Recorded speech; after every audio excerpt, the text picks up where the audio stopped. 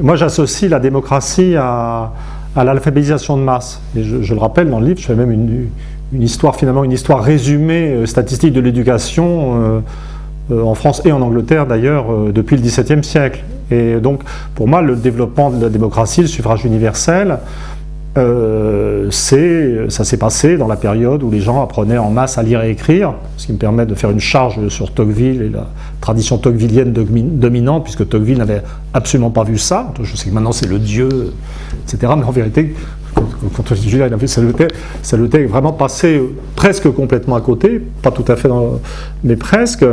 Et l'un des paradoxes de la société qui s'est formée depuis le développement de l'éducation supérieure, puisque après l'alphabétisation de masse, il y a eu le développement de l'éducation secondaire supérieure, c'est que on aurait pu croire effectivement, comme vous le disiez, que ça allait produire une société de philosophes suréduqués, mais en fait ça surtout fait réapparaître des inégalités culturelles dans les sociétés développées, et ça produit une sorte de refragmentation de la société sur des bases éducatives. Et pour moi, c'est ça l'origine de ce clivage qui est apparu en pleine lumière au moment de Maastricht, ce discours, un discours supérieur sur un peuple inférieur. L'élitisme et le populisme qui naît en réaction à cet élitisme.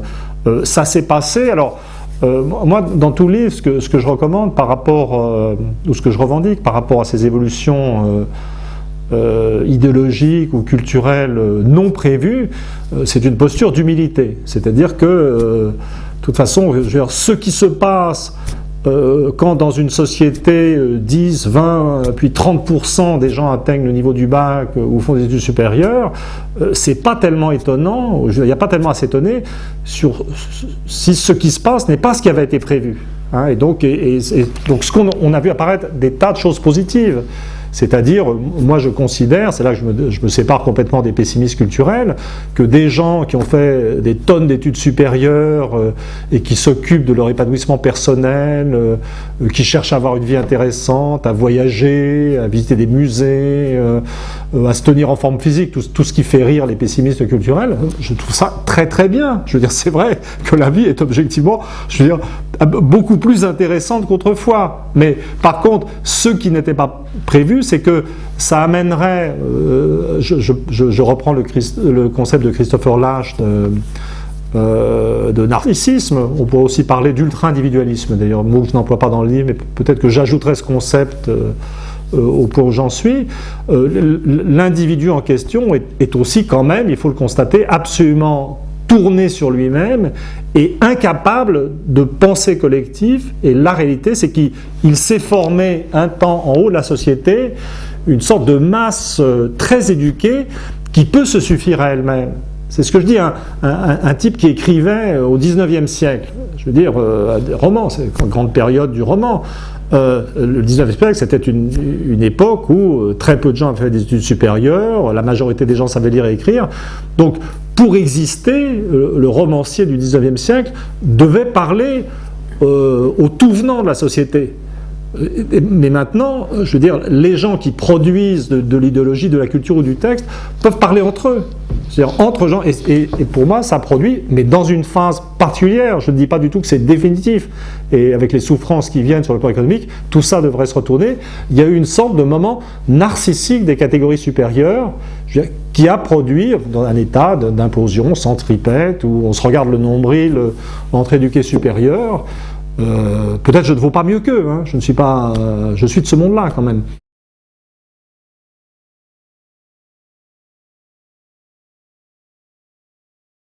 Moi, ça n'est pas massif, c'est-à-dire qu'il y a eu, il faut bien voir qu'on est dans des séquences historiques très complexes, donc vous avez cette évolution générale, restratification éducative, qui produit, alors là, à l'échelle de la société dans son ensemble, un sentiment, une sorte de ce que j'appelle un subconscient inégalitaire, une atomisation et une disparition des idéologies.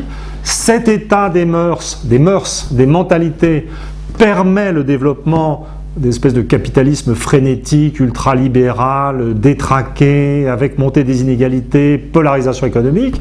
Mais d'abord, cette polarisation économique finit par ne plus profiter aux gens éduqués, qui sont porteurs un temps je veux dire, de ce subconscient inégalitaire, et effectivement, vous avez quelque part dans la société, du côté des 1%, des gens richissimes, incultes, je veux dire, qui apparaissent, mais ça ne veut pas dire que, je veux dire, c'est ce 1%, je dis 1% parce que pour désigner un ennemi, comme on dit aujourd'hui, je peux pas, pour faire, même si je me moque un peu du schmittisme à la fin du bouquin, ne sont pas la réalité. C'est-à-dire que les classes moyennes françaises actuelles ne sont pas dans l'anti-intellectualisme. Par contre, ce qui existe, c'est parmi les gens qui sont, je dirais, dans cette espèce de monde de l'oligarchie financière nouvelle, qui entoure Sarkozy, qu'il vénère, qu'il affectionne, le Fouquet's, quoi, l'esprit Fouquet's. Là, vous avez une instrumentalisation de l'anti-intellectualisme. C'est-à-dire que comme l'éducation supérieure est quand même terriblement associée à des classes moyennes, il y a un rapport entre l'éducation supérieure et l'État et le Parti socialiste. Je veux dire, quand on est dans la fonction publique, on sait bien que les grilles, les catégories A, B, C, etc. de la fonction publique, je suis peut-être plus à jour, moi je suis catégorie A, je veux dire, sont calquées sur des grilles éducatives. Le niveau éducatif est élevé dans la fonction publique. Le Parti socialiste est accroché à la fonction publique. Le Parti socialiste est un parti de bons élèves, ou l'était jusqu'à très récemment avec tous ces énarques surdiplômés, même s'il y en avait comme ça autrefois à droite. Je veux dire, il y a Juppé, de ce point de vue-là, était tout à fait archétypal. Et donc on conçoit très bien comment je veux dire, ces choses éducatives peuvent être instrumentalisées. Je veux dire, par une droite d'argent qui maintenant se fout de tout. Donc c'est vrai qu'un hiérarque socialiste qui refuse de s'intéresser aux problèmes économiques réels, au libre-échange, au protectionnisme, tout content d'avoir des beaux diplômes qui lui permettent d'arrêter de penser, on comprend que ça puisse énerver une partie des populations qui vit plutôt en état de frustration scolaire, auquel le développement du système scolaire a donné des complexes plutôt qu'autre chose, et que dans ce contexte, des types comme Sarkozy ou ses proches qui ont fait des études médiocres et qui sont assez incultes, cela joue peuple. On peut même concevoir que l'incohérence, le manque de formation intellectuelle de Sarkozy soit un atout. C'est ça le sens du livre, c'est d'essayer de voir comment des défauts peuvent être des atouts dans certains contextes. Mais je vous garantis que si les éduqués supérieurs reprennent en charge le véritable intérêt économique des milieux populaires, ça ne va pas durer longtemps.